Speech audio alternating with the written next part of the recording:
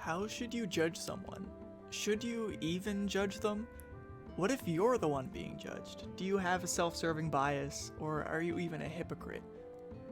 In this ugly yet somehow beautiful world, we're obsessed with judging others for every act they commit. Should someone be judged off their entire life? What's the most recent, or what haunts them from the past? If only there was some kind of point system, some way that you would never be judged off one or two moments of your life. Imagine someone spends their entire life helping their community only to slip up in a difficult situation and be condemned by all for as long as her name is remembered. Maybe she volunteered but was never in the spotlight. She might have helped a failing friend study for a test and was her support in tough times. But after one incident is seen as whatever horrible label the masses decide would grab attention. Or perhaps someone who finds himself in scandal after scandal, but because of other world events is forgotten about shortly after and is allowed to continue his life in relative peace, never worrying about the impact they could have on his life or the life of his equally wealthy family. I'm sure you all just thought of examples, whether it was a schoolmate who got branded a, well, you know, or your country's leader called a racist.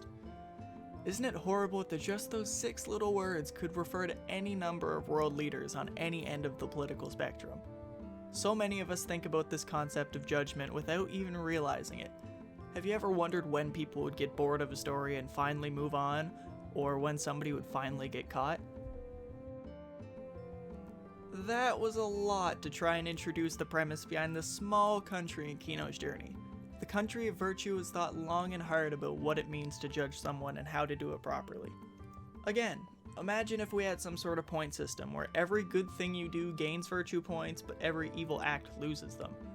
Ideally, this would deter criminals and encourage a welcoming and safe society. But what if some young, twisted boy learns how the system works and dedicates his life to gaining enough points to kill another human being without a prison sentence because of his point total? Has he earned it? If he isn't judged criminally, does that change the public opinion? In my own country, one that's praised for being a world leader in a place seen as a safe haven from some corrupt countries, perhaps one just south of us. We've seen our own world representative break laws and receive no punishment, and people just go on with their lives. Is that okay? Is our mental really swayed so heavily by the justice system, or lack of? Makes us see less importance or impact on whatever we believe to be wrong. Kino's journey does whatever it can to force you to ask questions that relate to the real world in any era, but those questions don't have real answers. In its own Ava-esque way, you're stuck with these questions forever, and no one person can truly answer them. Even if every episode has a somewhat complete feeling ending, not every conversation does, and not every question can be answered, because there's no one unified answer. We're such an advanced species on this planet because of our ability to think for ourselves and in a group, but maybe that first part is also what holds us back. Even if every episode has a somewhat complete feeling ending, not every conversation